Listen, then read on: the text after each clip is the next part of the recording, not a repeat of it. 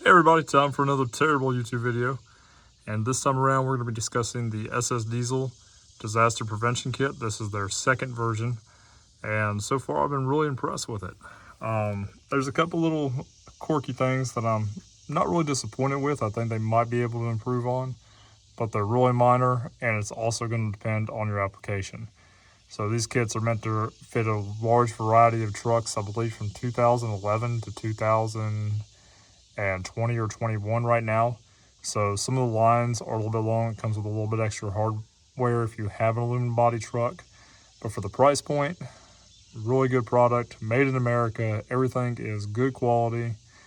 And let's just dive into it. So the heart of the kit, and you've got to forgive my lines because I'm still working on it, sits right down there. And you can see that nice little billet piece down there under the metering valve. Now, if you noticed, everything around there is bright and shiny. If you're gonna do this install, you have to clean that area because any debris that falls in there will go straight into your CP4 pump. Guys, I cannot stress this enough. I know it sounds silly, but right where that little SS Diesel logo is, all around there, brake cleaner, wire brush, compressed air, clean it, clean it, clean it again, because whenever you pull that metering valve out, if anything falls down in there, you could be looking at a CP4 pump failure, which, as everybody knows, is disastrous on these trucks. So just be aware, it doesn't do you a whole lot of good to put this bypass kit on there and then have issues with it. So probably the worst part about this project is pulling off the upper intake manifold. Guys, it's really not that bad of a job. There's plenty of YouTube videos out there on it. I would say pretty much anybody can do this install if you have basic mechanical experience and hand tools. So I do have to still finish tucking in these lines. I've had it on here for about 3 weeks, and I've been meaning to finish up other parts of the project, but we'll get there. So the main line runs from the metering valve all the way across here, wraps around. Once again, I need to tuck all this in, and goes into your factory fuel filter housing here. It tees up, and then the other part of the component runs over here to the return style fuel filter housing. It's got a little clear bowl on the bottom there where you can actually observe your fuel if you have any sort of contamination or anything that's breaking down from your CP4 pump. It should go down into that little bowl, and that is what will indicate that you're having a problem versus pulling your metering valve, which is a feature I really like. The bracket for the fuel filter, and this is basically a return style fuel filter, so this is filtering everything going back to your tank, is really beefy.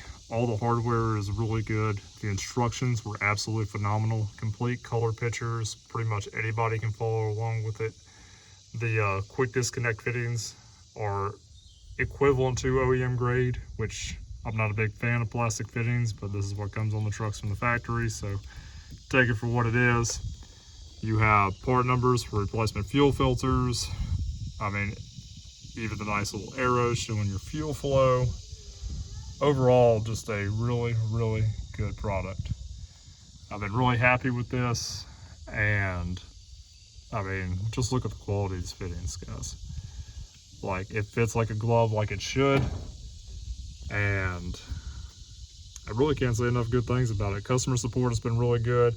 The only issue that I have had has been right here. I feel like this hose that runs down to the factory fitting down there, I don't know if you can see it, is a little long. I feel like it's putting a little bit of excess pressure on that. I did contact the manufacturer. They told me it was supposed to be 11.5 inches long.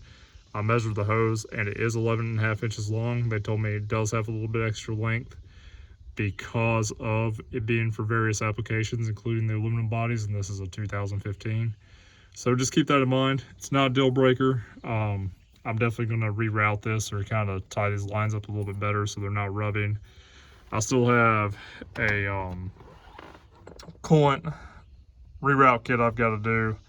I've got to tie all this up. We still have to finish the pusher install, as you guys can see. So we have a lot of other things going on right now. That's one of the reasons why it's just kind of hanging out. But so far, guys, the kit's been phenomenal. Very easy to install. I can say probably just about anybody can do it.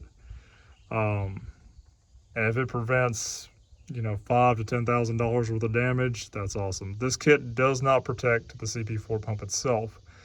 The goal of it is that if you have a CP4 pump failure, it keeps all that contaminated fuel from going into your rails, your injectors, and importantly, back to your return lines and back into your fuel tank. Because if it gets back into your fuel tank, it can also trash your low pressure supply pump, which is not cheap either. So you could add as many fast systems as you want to these. Unfortunately, the CP4 pumps are prone to failure. Like most CP4 pumps, they have very tight tolerances. That's what allows them to make so much pressure. I'm a fan of CP3 pumps. I've had a CP3 pump with 483,000 miles on it in a Duramax. But you just can't get those extremely high pressures that you can out of a CP4 pump, at least not on a stock application. Expect it to last for a long time. I know CP3 pump technology's come a long ways, and you've got some CP3s now that are getting up there to that 25, 26, 28,000 PSI range. But I mean, a CP4 pump can sustain 28,000 PSI with no problem. And the CP4 pumps are getting better. You now have the CP4.2, and realistically, it's kind of a luck of the draw thing. I'm not going to get too far into CP4 pumps, but you can do everything right and still have a CP4 pump fail. You can get bad fuel one time from a good gas station and have a CP4 pump fail. Some of it is luck of the draw, and you may just get one that had a little bit too tight a machining on it by, 10 thousandths of an inch, and 50, 60,000 miles, next thing you know, it's eating itself. So that's kind of the pros and cons of these pumps. I hope that as technology gets better, that they'll become more and more reliable. I think we're going to see 30,000 PSI out of diesels very soon as a norm, as far as injection pressure goes, which is absolutely phenomenal. But back to the SS kit, I really do like this kit. My only complaint has been that one hose being just a little bit long for the 2015 model. But once again, that's something we can work around. All the fittings on it were nicely crimped. I mean, there's nothing cheap about this kit. Everything is very high quality. For 400 bucks, it seems to be pretty good. I know SPE also has a good kit out there. Some people love SPE, some people hate them. My experience with them has been good, so I'm not going to talk trash about them. But that is another alternative kit. If you like this kit, SS Diesel, check out SPE as well. I believe No Limits and a few other manufacturers also have their kits coming out, so check them out. But if you have a 6.7 powerstroke, I strongly recommend some sort of disaster prevention kit, some form of it, just because if the fuel system goes, it can be very easily a $10,000 repair. So anyway, guys, I hope you found this video helpful. Sorry the camera's so shaky, and it's another terrible YouTube video. Remember, be nice to everybody. Take care of each other. As always, all the way.